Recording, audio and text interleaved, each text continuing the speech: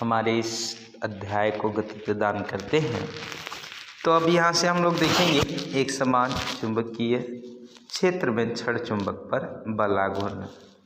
देखिए, ये जो चैप्टर कल हमने एक और वीडियो प्रोवाइड किया, ये अभी के सिलेबस से बाहर है ना। और ये क्या है, जो विद्युत वाले पार्ट में हमने पढ़ा था प्लस क्यू माइनस यू, बस उसमें एन और एस रहेगा, बाकी दोनों सिमिलर है, दोनों एक तरीके से कॉपी है, आप बोल सकते हो। ठीक, शायद इसी कारण से इसको सिलेबस से बाहर रखा। वहाँ पे Q होता था तो यहाँ ध्रुव प्राबल्य M होता था, वहाँ वैद्युत द्विध्रुव मतलब जो आपका ये P होता था तो यहाँ पे चुंबकीय आघूर्ण M होता है। तो ये दोनों में क्या है, थोड़ा सा अंतर है। बाय द वे, आगे की ओर हम टॉपिक को बढ़ाते हैं।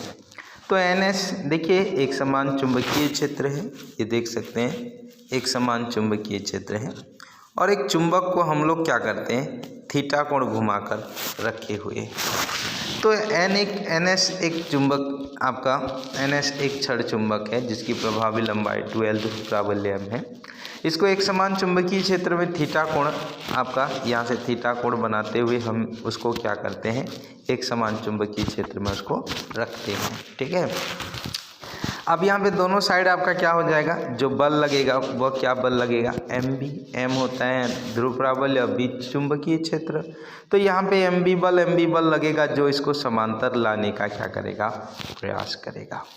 अब यहाँ से क्या होगा, जब इसको थीटा कोण घुमाते हैं तो जब बल किसी चीज़ पर जब हम बल लगाते हैं तो उसको विरूपक बल कहा जाता है, विरूपक बल।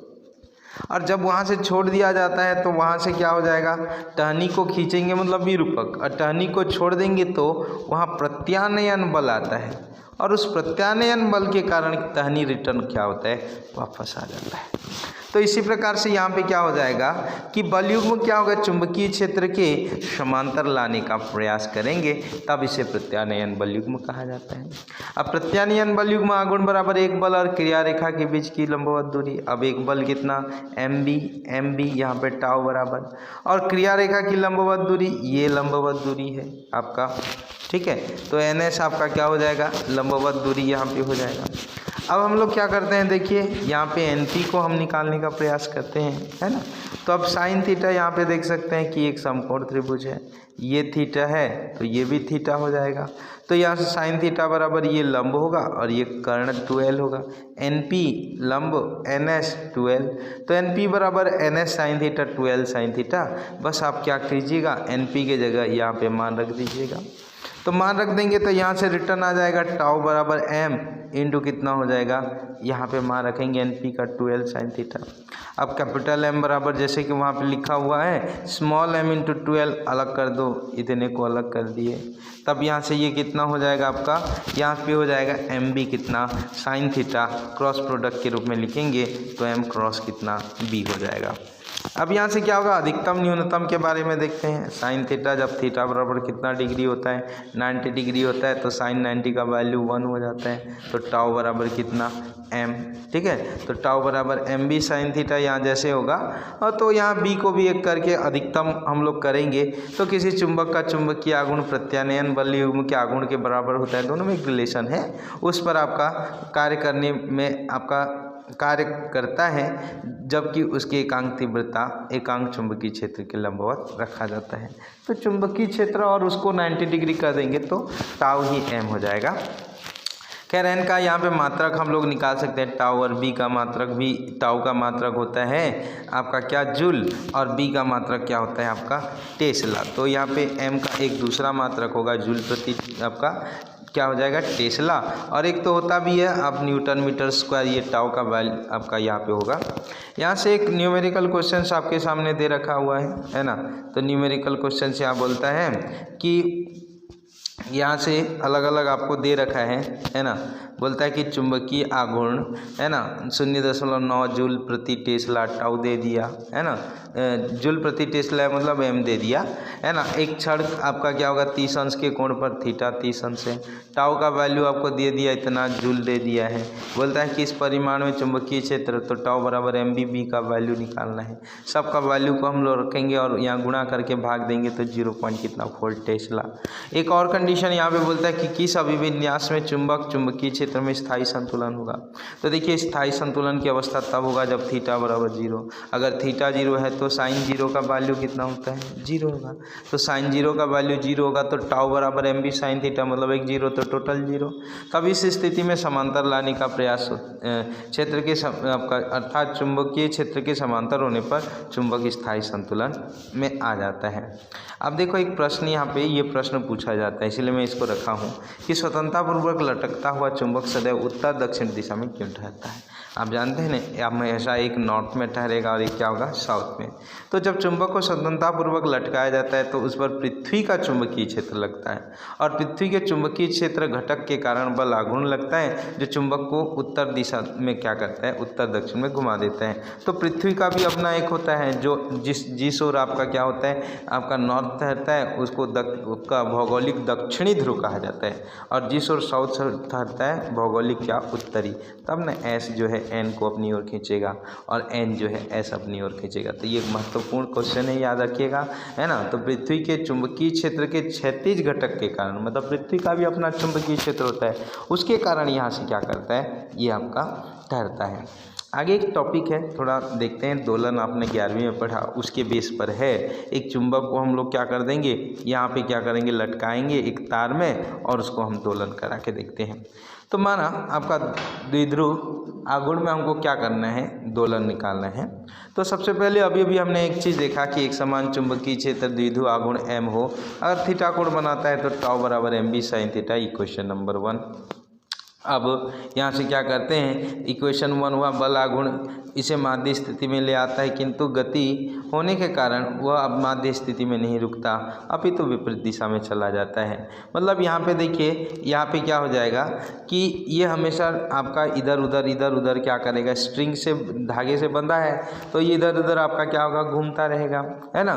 तो घूमता रहेगा तो अब यहाँ पे स्ट्रिंग भी क्या होता है स्ट्रिंग में भी एक मुड़ाव होता है, ठीक है।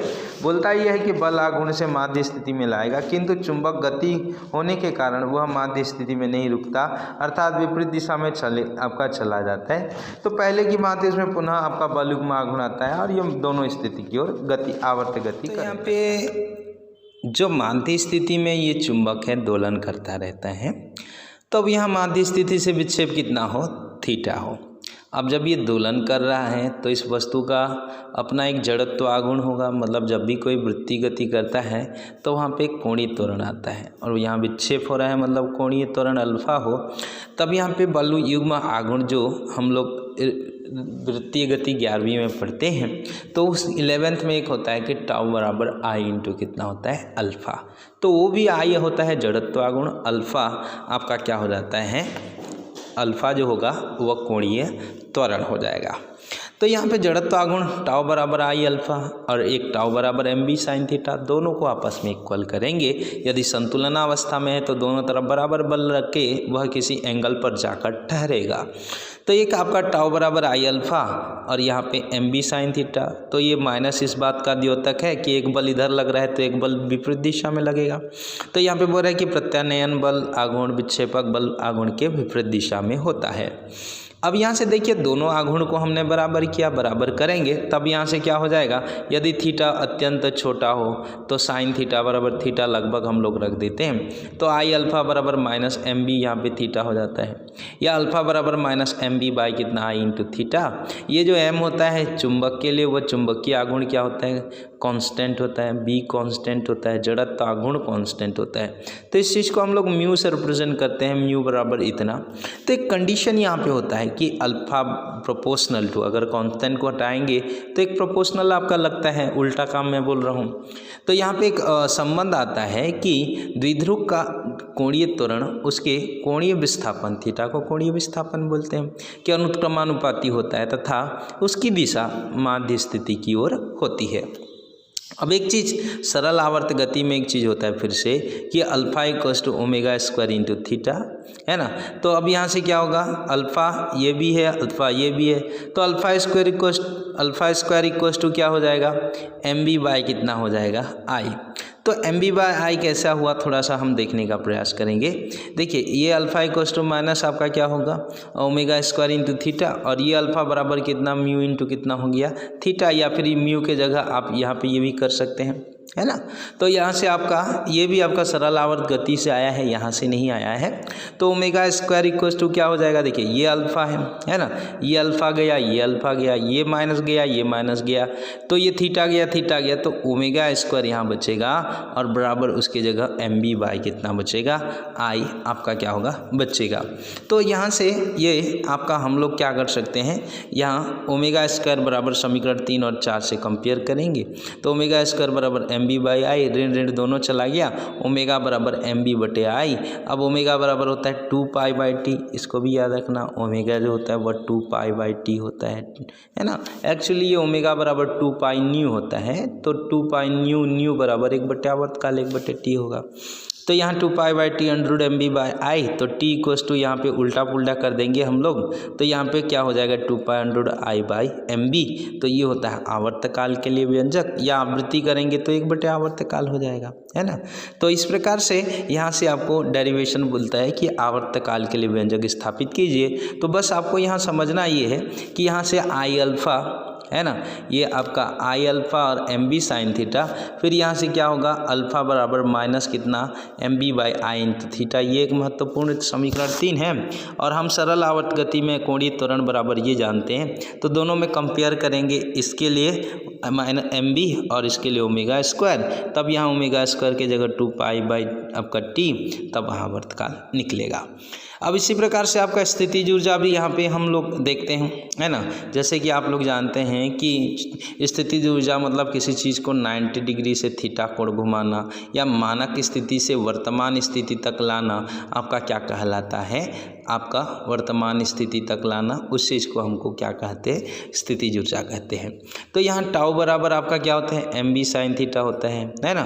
तो यहाँ पे क्या होगा, थोड़ा घुमाने में क्या गया कार्य, एम बी साइन थीटा, है ना। ये आपका आवेश वाले में भी वही होता था, ठीक है। तो यहाँ से आपका क्या होगा, अल्प कोण घुमाएंगे, तो अल्प कार्य, अब कार्य बराबर क्या होगा, टाउ इंटू डी थीटा। तो टाउ एक प्रकार का बल है, M B sine theta into D theta. अब हम लोग क्या करते हैं, इस चीज़ को कहाँ से कहाँ तक, थीटा 1 से थीटा 2, एक्चुअली यहाँ भी ऐसा भी कर सकते हैं, थीटा 1 के जगह लास्ट में 90 डिग्री और थीटा 2 को हम लोग क्या कर सकते हैं, थीटा, मतलब मानक अवस्था से वर्तमान अवस्था तक। तो यहाँ पे ये किया गया है कि थीटा 1 से थीटा 2, है ना। अब संपूर्ण को समाकलन करेंगे, तो समाकलन करेंगे तो डी डब्ल्यू बराबर M B sine theta into D theta. तो एम बी क्या होता है, बाहर निकलेगा, साइन थीटा का अवकलन क्या होगा, minus cos theta, upper limit क्या होगा, माइनस साइन कॉस थीटा 2, बीच में माइनस होता है, और upper limit minus lower limit, तो माइनस यहाँ पे है और बीच में माइनस होता है, माइनस माइनस प्लस। तो यहाँ पे माइनस वाले को अगर कांस्टेंट कर कॉमन निकाल दें, तो यहाँ पे क्या होगा, जो डब्ल्यू बराबर माइनस एम बी, जो ऋण वाला है वो धन होगा, धन वाला ऋण हो जाएगा, ऋण निकाल दिए हम। अब यहाँ स्थितिज ऊर्जा बराबर क्या होगा, minus M B cos theta 2 minus theta 1।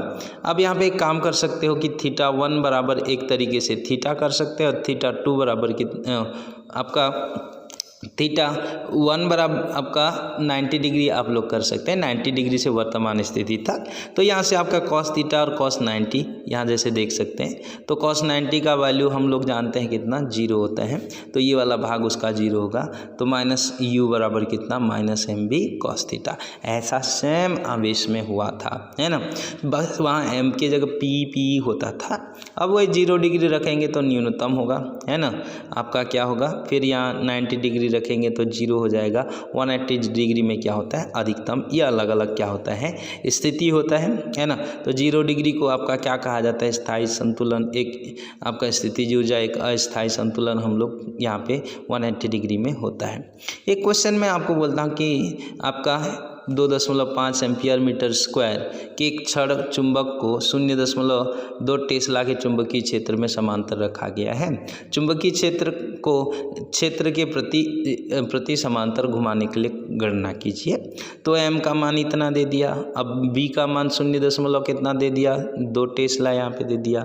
अब आपको क्या कितना से 0 डिग्री से 180 डिग्री प्रति समांतर, मतलब आपको 0 डिग्री से 180 डिग्री तक आपको घुमाना है। तो यहाँ से आप क्या कर दीजिए, इसके जगह 0 और इसके जगह 180, cos 180 का वैल्यू -1 और cos 0 का वैल्यू कितना आपका यहाँ पे हम लोग रख सकते हैं 1, है ना। तो यहाँ से क्या हो जाएगा, -2 पॉइंट, ये हो गया 0.2 और ये क्या होगा, cos 180 का जो वैल्यू होता है वो cos 180 का वैल्यू कितना -1 और इसका भी -1 -2 सब को गुणा करेंगे, इधर भी ऋण है और वो ऋण आएगा तो धन, तो इस प्रकार 1 पॉइंट कितना 0 जूल। तो ये जनरली सिलेबस से अभी बाहर है, पर फिर भी आप लोग इस चीज़ को लिख लेंगे, है ना। थीटा कोण घुमाने में, है ना, आपका स्थितिज ऊर्जा वाला है, एक दोलन काल वाला आपका हुआ, है ना। ऊपर में आप हम लोग देखे थे कि आपका चुंबकीय आघूर्ण टाउ बराबर mv sin थीटा, है ना। तो इस प्रकार से ये चुंबक विद्युत के बराबर है ना। तो आपको इसको ध्यान से समझना है। धन्यवाद।